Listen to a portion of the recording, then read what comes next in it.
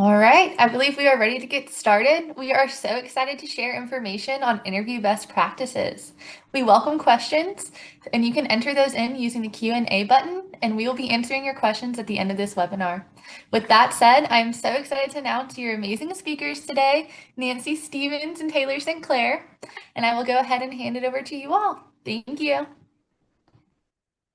Thank you very much. And we just want to come and say, hey, we're HR partners and we are excited to give back. Today, we're going over interview best practices. We're going to touch over just kind of what you need to do to get prepared, the best questions that you can ask. And again, like Sydney mentioned, we're going to make sure that we have all of your questions answered by the end today. And so with that said, we'll go ahead and get started. And so to begin, the main thing is knowing what you're looking for. It is very important to identify what exactly it is that you're looking for. So go ahead and write it down on paper first. It's very, makes it a lot easier for you in the long run. So what are the tasks that are required of this job? The KSAs, which is just an acronym for knowledge, skills, and abilities that we're looking for in the person. And, you know, what those attributes are, for the superior performer. So important to make sure that that job description is up to date as well.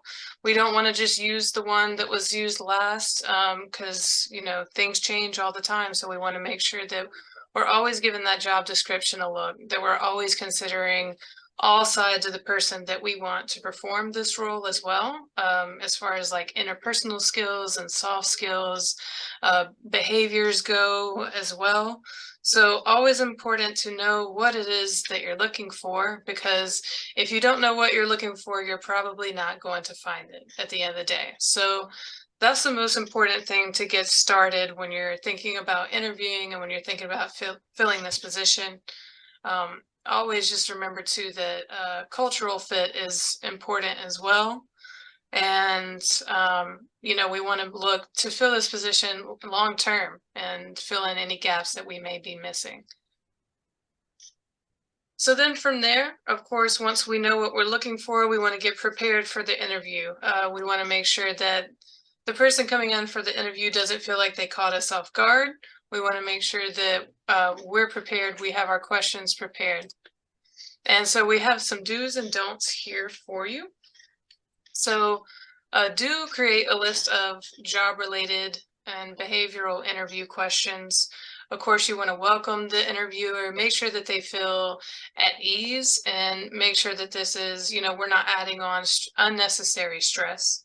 A good amount of stress is good, of course, but we want to make sure that we're asking open-ended questions as well. We don't want to just set them up with yes or no, you know, questions. We're not really able to glean a lot of information, and then we're spending, you know, not enough time with the candidate at that point in time as well. So we want to make sure that we have ample time and we're asking those right questions.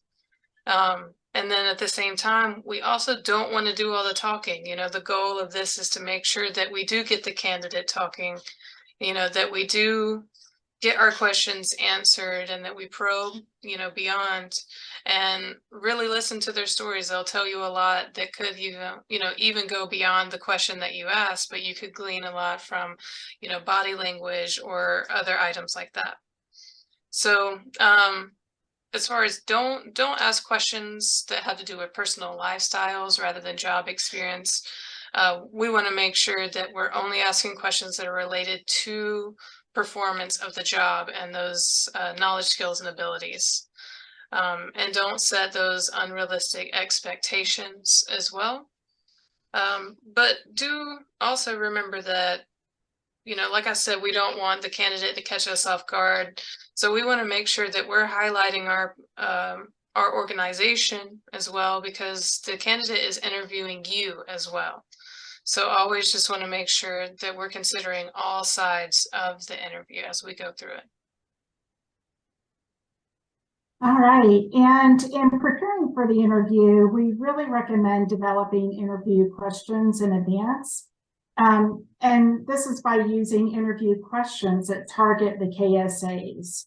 And you are seeking the KSAs that you are seeking in a candidate. The KSAs are typically generally demonstrated through qualifying experience, education, or training. And the 4 categories that we'll review today are general questions, functional questions, behavioral questions, and also interpersonal questions. And we typically recommend asking at least 5 questions in each category. All right, and here are some suggestions of general questions. In all of the questions, it is helpful to make the candidate feel comfortable and make the questions organic and conversational. We always want to communicate in a warm and welcoming manner. I personally like to ask all of these questions in every interview, regardless of the position or the candidate, because I think it gives you a lot of relevant information. And so these questions are: what are you currently searching for? Why are you currently searching for a new position? What interested you in this particular position? What are your salary expectations? If offered the position, when are you available to start? And also, what are your goals over the next 3 to 5 years? Okay. And then for functional, here are some great questions for functional questions. These questions will provide insight into a candidate's skill set and ability to be successful in the role. And with all questions, we recommend using open-ended questions. For example, instead of asking a candidate if they have Excel experience, instead say, can you describe your last project working on Excel? Or ask specific questions related to Excel that would help you understand that they have real working experience. And for behavioral questions, out of all of the questions that we'll be talking about, I would say behavioral questions provide the best insight into a candidate. These are situational questions that tend to focus on qualities that really can't be taught. It speaks more about a candidate. And remember that the best predictor of future behavior is past behavior in similar circumstances. So some examples are: can you tell us about a time when you made an error and how you handled it? That tells us how a candidate responds to those types of situations. Or tell me about a situation you wished you had handled differently based on the outcome, and what would you change if faced with a similar situation? So these all are geared toward really helping us understand the person. All right, and the last category we'll review are interpersonal questions. And these provide insight as to whether a candidate might be a good fit for the team from a cultural perspective, because this is often just as important as having the skill set to do the job. And please remember that some candidates interview better than others. So it's important to be aware of nonverbal cues, such as posture, facial expressions, and eye contact. So you really want to listen to what the candidate tells you. Listen to how they're talking, and again, those nonverbal cues. Some great examples are: describe what you see as your strengths related to this job or position.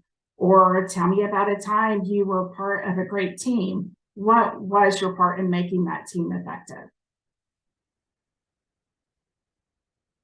And then we don't typically encourage overwhelming a candidate with excessive questions. However, you want to walk away from the interview with a clear understanding of the candidate, so you don't have any questions. And so if you need to, it's always good to ask additional questions. And so here are some great ones. What's the most valuable thing you've learned in the past year, and why? What would you have liked to do more of in your last position, and what held you back? And please let us know if you would like a list of these questions, because we'll be happy to send those to you. All right, and next we'll review general guidelines of what to ask and what to not ask. Please be aware that anytime someone is communicating on behalf of the company and acting as a representative of the company, then the communication must be careful. Believe it or not, it is possible for a candidate to file an EEOC claim even before they're hired and during the interview process. So again, we want to make sure that we are careful in our communication with the goal of reducing exposure whenever possible. And so some questions that you can ask: if an applicant has relatives already working at the organization, if the applicant is able to work our standard office hours, ability to speak, write English fluently. And with this, the caveat here is if it is necessary for the safe and effective performance of a job and the successful operation of the business. So if you ask that question, you need to make sure that that applies. Okay. And so if you look at the questions that you cannot ask, you'll notice that these all speak to questions that could be related to an EEOC charge. And the EEOC protects employees against claims of discrimination based on race, color, religion, sex, including pregnancy, gender identity, and sexual orientation, national origin, disability, age, and that's usually people 40 and above, and also genetic information. So when you look at this list of cannot ask questions, they all could bring concern from a candidate that they were possibly discriminated against based on any of those situations. And here are some more. You can ask if an applicant is over the age of 18, whether the applicant can perform the essential job functions. If the applicant is willing to take pre-employment drug and background tests, that's really great to put in your interview questions. And also if an applicant is able to comply with a smoke-free workplace policy. Again, the may ask questions relate to the job or the company, so they're safe to ask.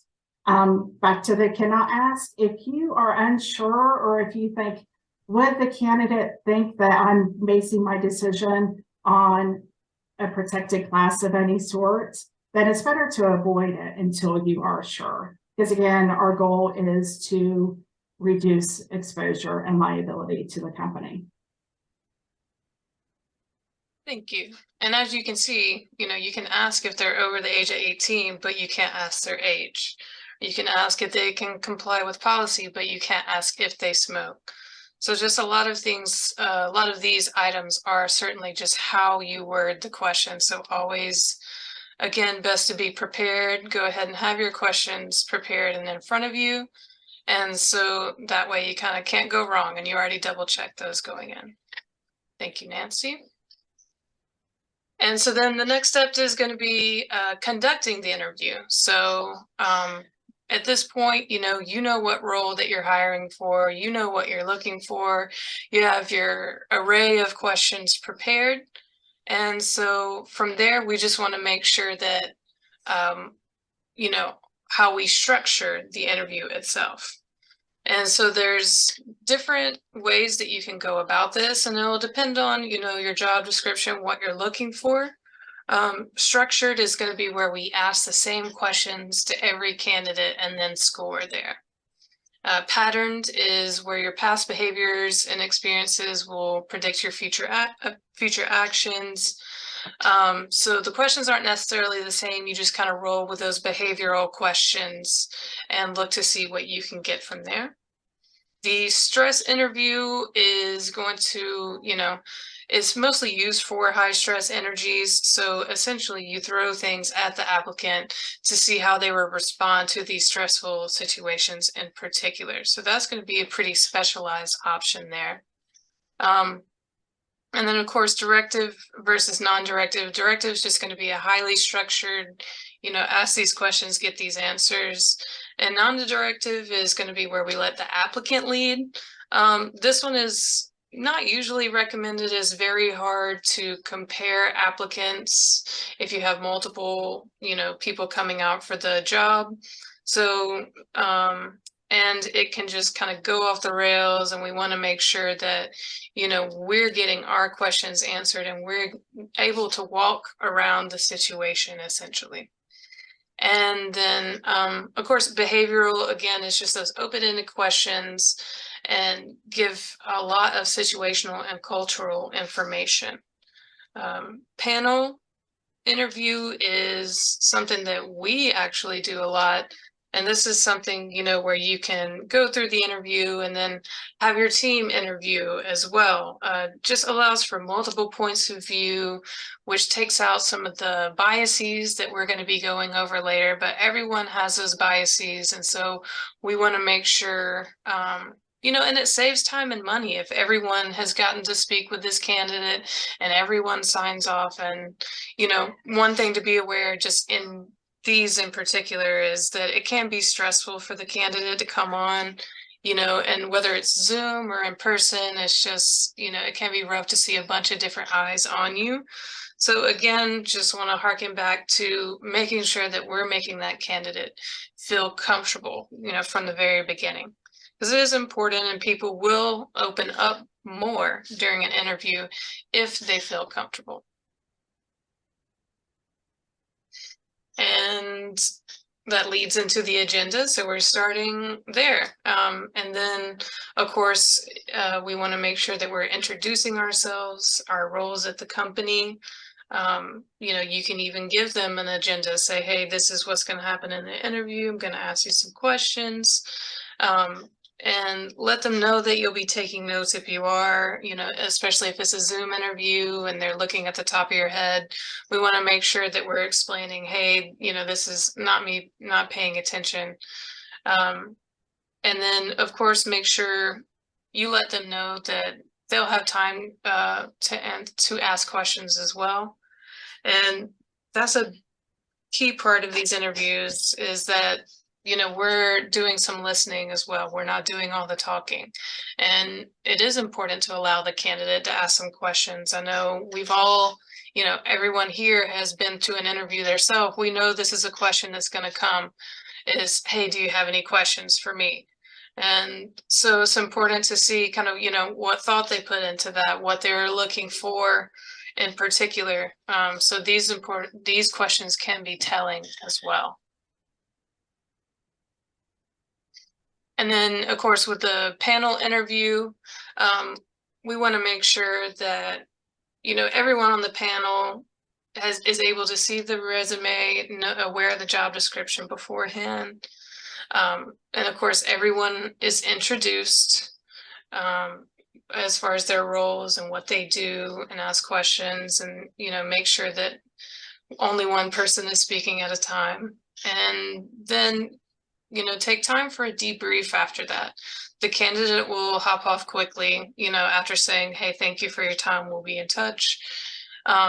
It's important, to have that debrief right after it happens, to make sure that those, all the impressions get there, and no one loses their notes. And so, of course, just skills and techniques to go over, definitely establish that rapport and maintain it throughout. Always remember that you are representing your company at all points in time. And I know this is something that, we do throughout a normal day at work. But again, we as the interviewer are being interviewed as well. So we always want to make sure we're putting our best foot forward. We want to make sure that we're listening carefully, paraphrasing, but not leading. And we want to observe that nonverbal behavior that was mentioned earlier, like the body language is very huge. So always something to just make sure, and that could have been something that was part of your what you wanted in the candidate in the first place, like someone very open. And so a lot of body language can tell you things like that. Of course, those open-ended questions, take notes, and provide the realistic information, that goes along with the setting actual expectations. So just want to make sure that we're representing the company well and realistically. And don't make any, promises or predictions as well, because you can be held to that if you have said it in an interview and then you think about it later and you're like, oh, well, actually, maybe this other candidate. Well, once you've made a promise, in an interview, then it is kind of hard to go back from, and that could leave room, kind of like what Nancy was talking about earlier with the EEOC. So just want to make sure that we're being careful and considering all those options throughout. And then some errors to avoid. So asking those leading questions, we want to make sure that we're getting the honest answers. And we'll go over it with the biases later, but a lot of times candidates will answer with, the answer they think you want to hear. And so we want to make sure that we're not facilitating that. We want to make sure that we're not giving them the answer in the question that we want, because that's no good for anyone. They're just calculating in their head, and we're just, having someone parrot back to us what we want to hear. So it is very important to make sure that, instead of saying, I'll bet you had to analyze all those carefully before making that decision, we want to make sure, what factors did you consider before reaching that decision? So just want to make sure that we're getting accurate information throughout by not leading the candidate. And then, of course, and we've harped on this, but it's huge because, we want to make sure we're asking open-ended questions. One syllable, two syllables is not going to do us any good throughout the process. And we just wasted one of our questions. And we only have so many questions we can ask so that we're not overloading the candidate, and we're not, spending all the time during our day on this one interview where we're not really gleaning information. Of course, don't ask any threatening questions. We don't want to affix any blame to the candidate or imply that they did the wrong thing. At the end of the day, this person came to this interview. They showed up. And so we want to make sure that while we're representing the company, that we leave a positive experience with them no matter what. Because even if they're not a prospective employee, if we leave, a good impression, they could become a client, they could become a customer, they could become a referral. We never know. And so we just want to make sure that we're always thinking about that when we're asking these questions and setting the atmosphere and the tone of our language. And then, of course, we don't want to ask run-on or multiple choice questions. If your question is a paragraph long, you're asking them to sit in their chair and facilitate all that information that just came to them and come out with a cohesive answer. So we just want to make sure that we're being clear in our questions, because also when we ask questions like these, if the candidate doesn't really know what they're being asked, then they will ramble, and I know that we've seen this happen, might have done it ourselves even. So it's always important to make sure that, yes, we want open-ended questions, but we want to make sure the candidate understands what is being asked of them. And that, also, when we ask these questions, they can tell which ones are the hot words. And so they'll just hit and say, okay, yes, like for the example here, other priorities, schedules, so they'll hit the word schedules and coordinating and just think that everything's fine there. So always important to allow them to organize their thoughts as well, and to be clear in your questions as you're asking. All right. And please remember that we all have biases. We do. But what is important is that we are aware of those biases, and so that we can avoid letting them influence our thoughts and behavior. And so here we will review some common biases and how they may affect the interview. And the first one is the first impression. occurs when a candidate is evaluated within the first 4 minutes of the interview. So if we're catching ourselves doing that, just have some self-talk and say, let me just listen to the rest of the interview. The contrast effect is when an average candidate is seen just after a weak candidate, and they are rated above average in contrast to the weak candidate. So with this, we always want to make sure that we're focusing on the candidate that we are interviewing at the moment. A similar to me error is when a candidate is highly rated because of personal characteristics that they share with the interview rather than job-related criteria. And I think we can all understand the importance of this. We never want to make any decisions based on any type of bias. Okay. The blind spot effect occurs when an interviewer is unable to see some attributes of a candidate due to their own personality traits. The interviewer who thinks big may not appreciate a detail-oriented candidate. So again, with this, we just have to be careful that we're listening to the words that the interviewer is using and their qualifications for the specific job that they're applying for. The halo effect is when a candidate is seen as strong in one area by the interviewer as strong in all areas. Okay, so again, just really listening to what the candidate is sharing with you is important. The leniency effect occurs when an interviewer sees all candidates in a positive light. You know, some people like to see the best in people. And so if you're that type of personality, it's important to check yourself. If you find yourself thinking only positive of a candidate, just again, have that self-talk and say, let me focus on how they would fit in with the role that I'm interviewing them for. The toughness effect is when an interviewer sees all candidates in a negative light. So that's just completely contrary to the positive light. Again, we want to evaluate each candidate. The central tendency effect occurs when an interviewer sees all candidates as average. Again, similar to the previous two biases. So we just want to be very careful.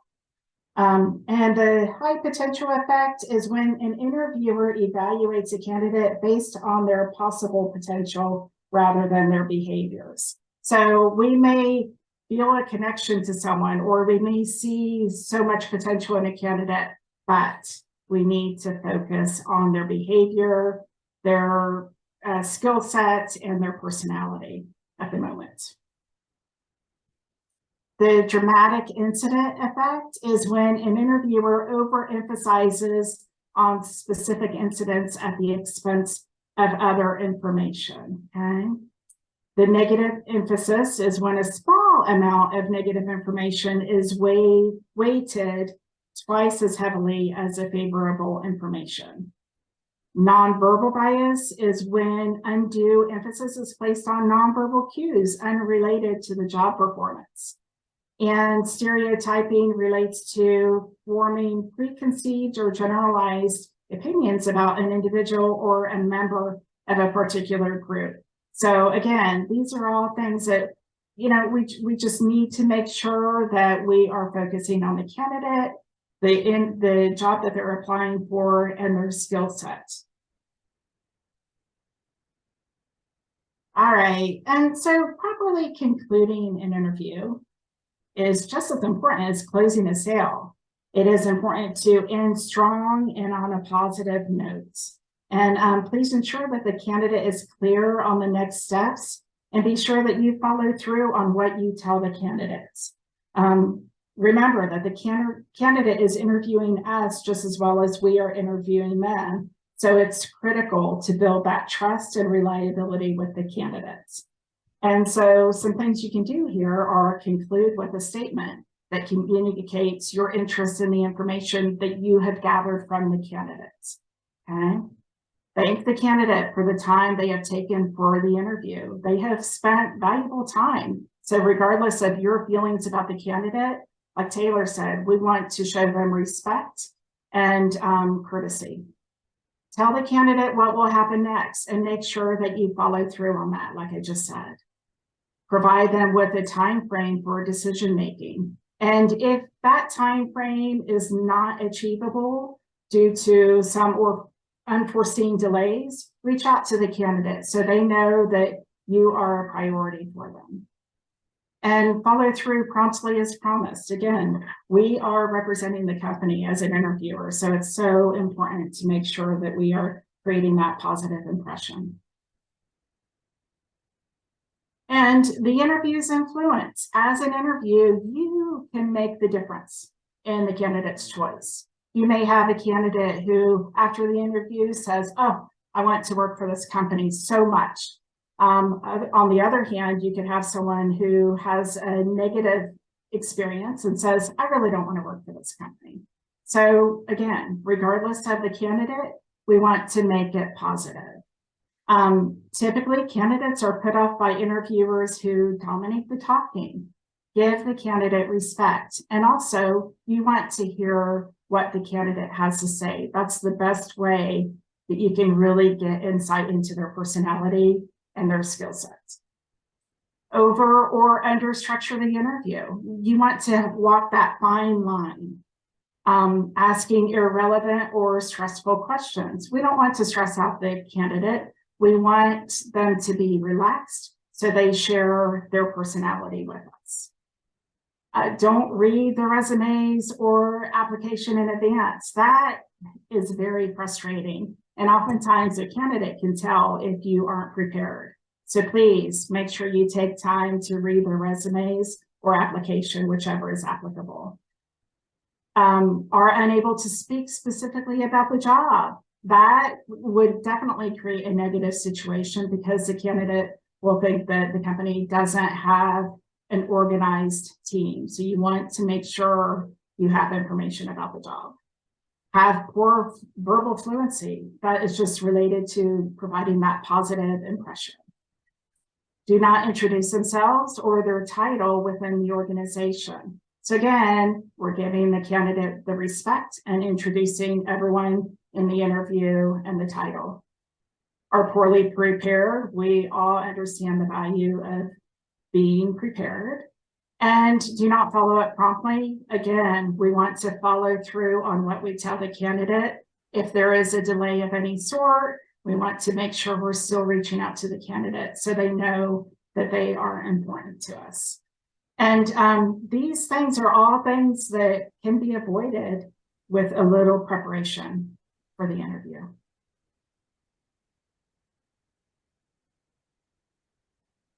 All right. And then, you take it from there. We have, your background checks, all of your onboarding.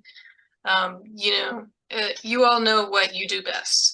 And so just important to remember that even beyond once you do choose your candidate, that onboarding is important. And onboarding does not just equal orientation. Onboarding is a process until that candidate is fully caught up and doing that position, and succeeding in that position. So we want to make sure that, beyond this, they invested their time to come to this interview. We invested this time preparing for it.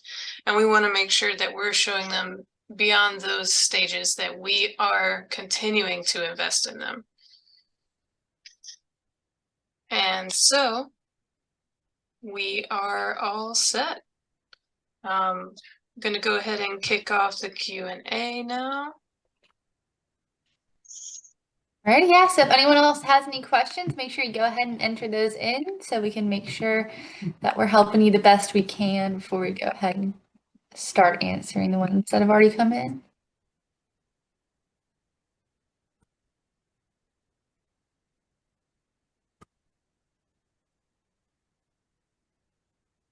All righty, and I'll go ahead and get us started with our first question. What should I do if a candidate shares information about a past felony? Yeah, for that, it happens all the time. And we definitely want to thank them for sharing the information. However, we don't want to engage in conversation about it. And the reason for that is we don't want to take the chance of a candidate thinking or perceiving that we made a decision whether to hire them or not based on the information they shared. If a background report is typically run as the pre-hire process, we want to communicate back to them too, but also let them know that it is done for everyone, so they don't think that it's only being done for them. Awesome. Thank you, Nancy. Alrighty, another question is, can a candidate file a claim for discrimination after an interview, but before an offer is made? They can, unfortunately, as a representative of the company, as soon as we have contact with the candidate, they can make a claim, an EEOC claim against discrimination. So we always need to be very careful with our communication with them. Right. And then our next question is, if I decide during an interview that I do not want to move forward with the process, should I tell the candidate at that time? We recommend that you wait because, as if we want to show the candidate that we are considering them, even if we have decided not to move forward. So it's better to wait, get some time, and then reach out to them and let them know that unfortunately we are continuing the interview process. And but let them know that they are most welcome to apply for future positions within the company.